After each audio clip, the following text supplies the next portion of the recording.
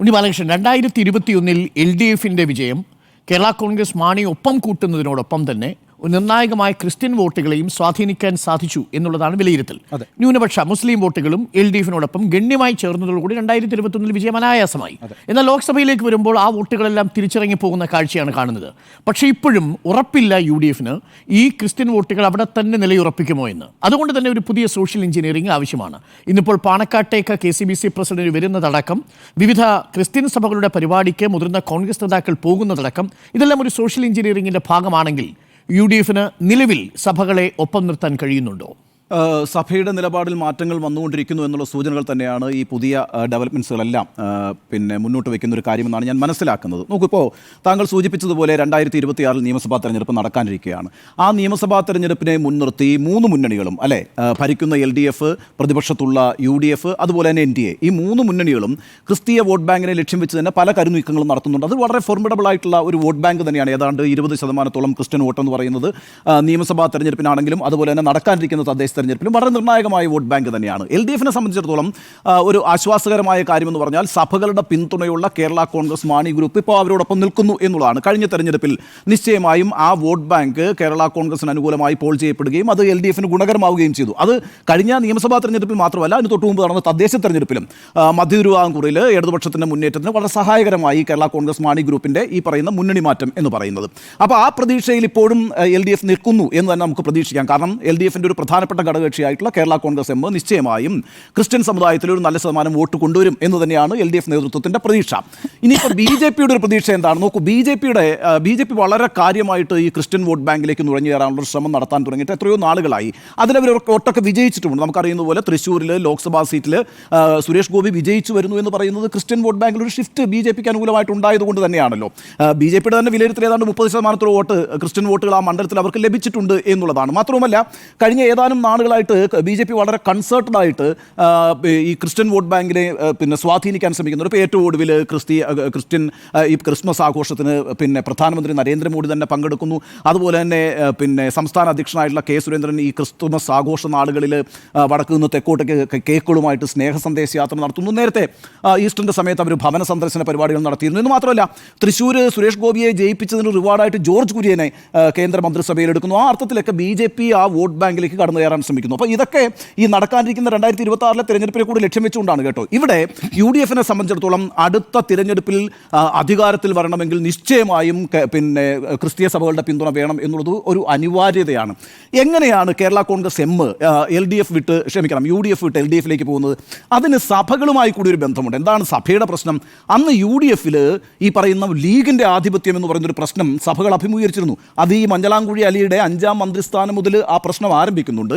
അപ്പോൾ ലീഗിന് ആധിപത്യമുള്ളൊരു മുന്നണിയിൽ ഇനിയിപ്പോൾ ക്രിസ്തീയ സഭകളുമായി ബന്ധപ്പെട്ട് നിൽക്കുന്നൊരു പാർട്ടി തുടരേണ്ടതില്ല എന്ന് സഭകളൂടി ആലോചിക്കുമ്പോഴാണ് യഥാർത്ഥത്തിൽ LDFിലേക്ക് കേരള കോൺഗ്രസ് മാണി ഷിഫ്റ്റ് ചെയ്യുന്നത്, ആ ഗ്രൂപ്പ് ഷിഫ്റ്റ് ചെയ്യുന്നത്, ആ പാർട്ടി ഷിഫ്റ്റ് ചെയ്യുന്നത്. പക്ഷേ അതിനുശേഷം കഴിഞ്ഞ 5 വർഷം ആ രീതിയിൽ സഭകൾക്കൊരു പിന്തുണ സർക്കാരിൽ നിന്ന് ലഭിച്ചിട്ടുണ്ടോ എന്നുള്ളത് അവർ സ്വയം വിമർശനപരമായിട്ട് ആലോചിക്കുന്നുണ്ട്.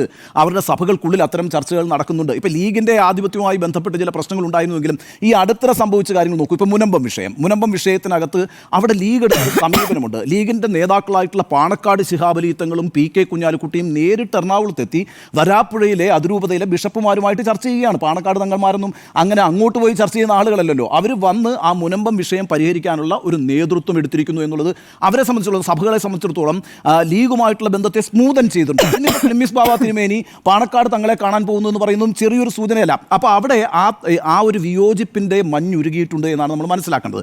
ഇനി ക്രിസ്തീയ സഭകളുമായി ബന്ധപ്പെട്ട് ഈ സർക്കാരുമായി ബന്ധപ്പെട്ട പ്രശ്നം എന്താ?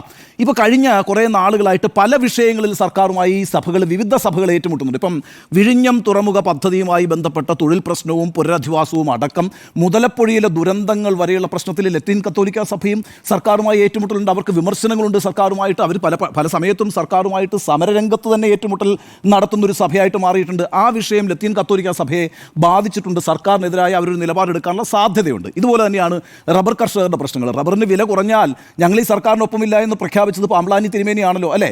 അദ്ദേഹം പറഞ്ഞാൽ എന്താ, 250 രൂപ കിലോ റബ്ബറിന് തരികയാണെങ്കിൽ ഞങ്ങൾ സർക്കാരിനൊപ്പം, 300 രൂപ എന്നാൽ കേന്ദ്ര സർക്കാരിനൊപ്പം എന്ന് പ്രഖ്യാപിച്ചിട്ടുള്ള ബിഷപ്പാണ് പാമ്പ്ലാനി എന്ന് പറയുന്നത്. അപ്പോൾ അവർക്ക് റബ്ബറിൻ്റെ പ്രശ്നത്തിനകത്ത്, റബ്ബറിൻ്റെ വേലിയുടെ കാര്യത്തിനകത്ത് സർക്കാർ വേണ്ടത്ര കാര്യങ്ങൾ ചെയ്യുന്നില്ല എന്നുള്ള അഭിപ്രായം റോമൻ കാത്തോലിക് അടക്കമുള്ള വിഭാഗങ്ങൾക്കുണ്ട്. അത് മാത്രമല്ലല്ലോ അവരുടെ പ്രശ്നം, വന്യജീവി ആക്രമണവുമായി ബന്ധപ്പെട്ടും പ്രശ്നങ്ങളുണ്ട്. അപ്പോൾ അന്ന് നമ്മളിപ്പോൾ ഈ വയനാട്ടിൽ തുടർച്ചയായിട്ട് വന്യജീവി ആക്രമണത്തിൽ ആളുകൾ മരിക്കുന്ന സമയത്ത് 3 സഭകൾ അതിശക്തമായി രംഗത്ത് വന്ന് സർക്കാരിനെതിരെ സംസാരിച്ചില്ലേ? താമരശ്ശേരി ബിഷപ്പ് സംസാരിച്ചില്ലേ? അതുപോലെ തലശ്ശേരി ബിഷപ്പ് സംസാരിച്ചില്ലേ? മാനന്തവാടി ബിഷപ്പ് സംസാരിച്ചില്ലേ? അവർക്ക് പ്രതിഷേധ സമരങ്ങൾ ആസൂത്രണം ചെയ്തില്ലേ? അപ്പോൾ ആ അർത്ഥത്തിലൊക്കെ റോമൻ കാത്തോലിക് സഭയ്ക്കും ഈ പറയുന്ന സർക്കാരുമായി ഒരു ഏറ്റുമുട്ടലിൻ്റെ പ്രശ്നങ്ങളുണ്ട്. അതുപോലെ തന്നെയാണ് ഈ പറയുന്ന നടപ്പിലാക്കാൻ പോകുന്ന വനനിയമവുമായിട്ട് ബന്ധപ്പെട്ട് വലിയ പ്രശ്നങ്ങളുണ്ട്. വനനിയമം ഇപ്പോൾ നവംബർ 1-ാം തീയതി അത് വിജ്ഞാപനം ചെയ്തിരിക്കുന്നു, മന്ത്രിസഭ അംഗീകാരം കൊടുത്തിരിക്കുന്നു. ഇപ്പോൾ 17-ാം തീയതി ചേരാൻ പോകുന്ന നിയമസഭാ സമ്മേളനത്തിൽ വെച്ചിട്ട് വനനിയമം പാസ്സാക്കുമെന്നാണ് നമ്മൾ പ്രതീക്ഷിക്കുന്നത്. വനനിയമത്തിനെതിരായിട്ട് അതിശക്തമായ പ്രതിഷേധം ഈ പറയുന്ന എല്ലാ സഭകൾക്കും ഉണ്ട്. കാരണം എന്താ, വനങ്ങളുമായി ചേർന്നിട്ടാണ് ഈ കുടിയേറ്റക്കാരായിട്ടുള്ള മനുഷ്യർ മുഴുവൻ താമസിക്കുന്നത്.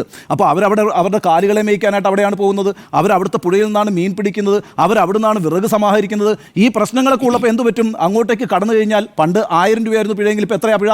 25,000 രൂപ പിഴയാണ്. എന്ന് മാത്രമല്ല, ഒരു വാച്ച്മാൻ വരെ അറസ്റ്റ് ചെയ്യാവുന്ന സാഹചര്യം ഉണ്ടാകുന്നു ഈ നിയമപ്രകാരം. അതായത് പോലീസിന് ചെയ്യാൻ കഴിയുന്ന കാര്യം വനം വകുപ്പിന് ചെയ്യാൻ കഴിയുന്നു. ഈ നിലയ്ക്കൊക്കെ വനനിയമവുമായി ബന്ധപ്പെട്ടും സഭകൾക്ക് പ്രശ്നങ്ങളുണ്ട്. അപ്പോൾ ഈ അർത്ഥത്തിൽ നേരത്തെ നമുക്കറിയാവുന്ന പോലെ തന്നെ ഓർത്തഡോക്സ് സഭയ്ക്ക് നേരത്തെ തന്നെ അവർക്ക് അനുകൂലമായി സുപ്രീം കോടതി നടത്തിയിരിക്കുന്ന ഒരു വിധി ഇതുവരെ സംസ്ഥാന സർക്കാർ നടപ്പാക്കിയിട്ടില്ലെന്ന പ്രശ്നം ഓർത്തഡോക്സിനെ ബാധിക്കുന്നുണ്ട്. ഈ അർത്ഥത്തിൽ ഓരോ സഭകൾ എടുത്തു നോക്കിയാൽ കഴിഞ്ഞ 4-5 വർഷങ്ങളായിട്ട് സഭയും സർക്കാരുമായിട്ട് പല രീതിയിലുള്ള അഭിപ്രായ ഭിന്നതകൾ രൂപപ്പെട്ടിട്ടുണ്ട്. ആ അഭിപ്രായ ഭിന്നതകളുടെ അടിസ്ഥാനത്തിൽ UDF-നൊപ്പം സഭകൾ നിൽക്കാനുള്ള സാധ്യത വളരെ കൂടുതലാണ്. അതുകൊണ്ടാണ് VD സതീശനാണെങ്കിലും രമേശ് ചെന്നിത്തലയാണെങ്കിലും അല്ലെങ്കിൽ KPCC നേതൃത്വമാണെങ്കിലും UDF നേതൃത്വമാണെങ്കിലും വിവിധ സഭാ അധ്യക്ഷന്മാരുമായിട്ട് കൂടിയാലോചനകൾ നടത്തുന്നു. വിവിധ സഭാ പരിപാടികളിൽ അവർ വളരെ സ്ട്രോങ് ആയിട്ട് പങ്കെടുക്കുന്നു. ആ അർത്ഥത്തിലൊരു സോഷ്യൽ എഞ്ചിനീയറിംഗ് താങ്കൾ നേരത്തെ സൂചിപ്പിച്ചതുപോലെ വളരെ സൂക്ഷ്മമായി UDF നടത്തുന്നുണ്ട്. LDF-ന്റെ ഏക പ്രതീക്ഷ എന്ന് പറയുന്നത് കേരള കോൺഗ്രസ് എം അവിടെ നിൽക്കുന്നതുകൊണ്ട് സ്വാഭാവികമായിട്ടും സഭകളുടെ പിന്തുണ കേരള കോൺഗ്രസ് എമ്മിന് കിട്ടുകയാണെങ്കിൽ കൃത്യമായി ഒരു ക്രിസ്തീയ വോട്ട് ബാങ്കിൻ്റെ ഒരു certain share of Christian vote നിശ്ചയമായും LDF-ന് കിട്ടും എന്നുള്ളതാണ്. പക്ഷേ കേരള കോൺഗ്രസ് ഈ പറയുന്ന LDF വിട്ട് UDF-ലേക്ക് വരുമോ ഇല്ലയോ എന്നുള്ളതല്ലല്ലോ നമ്മളുടെ ചർച്ച. യഥാർത്ഥത്തിൽ നമ്മളുടെ ചർച്ച ക്രിസ്തീയ സഭകൾ എന്ത് നിലപാടെടുക്കുന്നു എന്നുള്ളതാണ്. പക്ഷേ ഞാനിപ്പോഴും വിചാരിക്കുന്നത് കേരള കോൺഗ്രസ് ഈ പറയുന്ന നമ്മുടെ ഈ ചർച്ചകളിലൊക്കെ വരുന്നൊരു കാര്യമുണ്ട്. ലീഗും കേരള കോൺഗ്രസിൻ്റെ നേതൃത്വമായിട്ട് ചില ചർച്ച നടത്തുന്നു, രമേശ് ചെന്നിത്തല ഇടനിലകൊണ്ട് നിന്നുകൊണ്ട് തിരിച്ചവരെ കൊണ്ടുവരാൻ ശ്രമിക്കുന്നു. ഞാൻ വിചാരിക്കുന്നില്ല നിലവിൽ കേരള കോൺഗ്രസ് എമ്മിൽ അത്തരത്തിലുള്ള ആലോചന നടക്കുന്നുണ്ട് എന്ന്. കാരണം എന്താണെന്ന് വെച്ചാൽ കേരള കോൺഗ്രസ് എമ്മിന് അത്ര വേഗത്തിൽ അവിടെ നിന്ന് ഇങ്ങോട്ട് വിട്ടുവരാൻ കഴിയില്ല. 1-2 കാര്യങ്ങൾ ഞാൻ പറഞ്ഞത് അവസാനിപ്പിക്കാം. ഒന്ന്, ഇപ്പം തന്നെ അദ്ദേഹം രാജ്യസഭ കേരള കോൺഗ്രസിൻ്റെ നേതാവായിട്ടുള്ള ജോസ് കെ മാണി രാജ്യസഭാ അംഗമാണ്. അദ്ദേഹത്തിന് ഇനിയും കാലാവധിയുണ്ട്.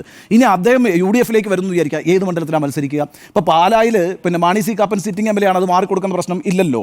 പിന്നെയുള്ളത് ഇടുക്കിയാണ്. ഇടുക്കി റോഷി അഗസ്റ്റിനാണ് മന്ത്രിയാണ്, അദ്ദേഹം MLA മാണ്, അദ്ദേഹവും മാറിക്കൊടുക്കുന്ന പ്രശ്നമല്ല. പിന്നെ എവിടെയാണ് മത്സരിക്കാൻ പറ്റുമെന്ന് അറിയാമോ? തിരുവമ്പാടിയിലാണ്.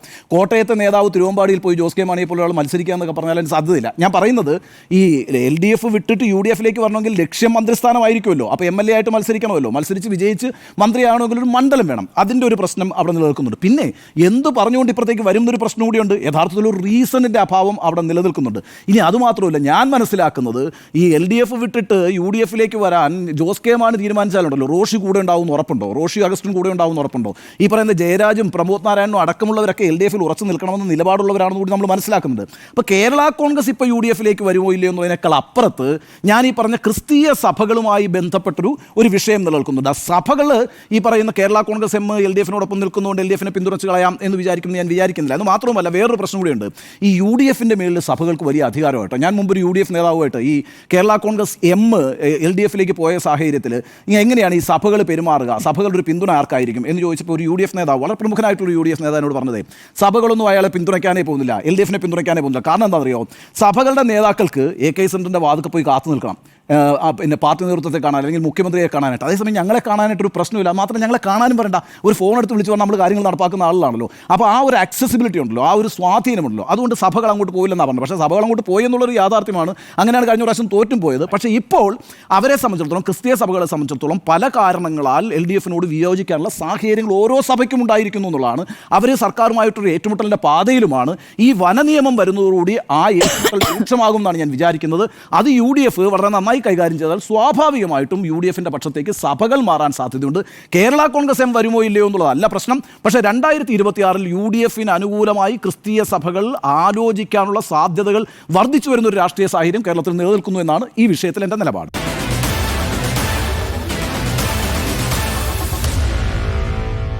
Meet the editors.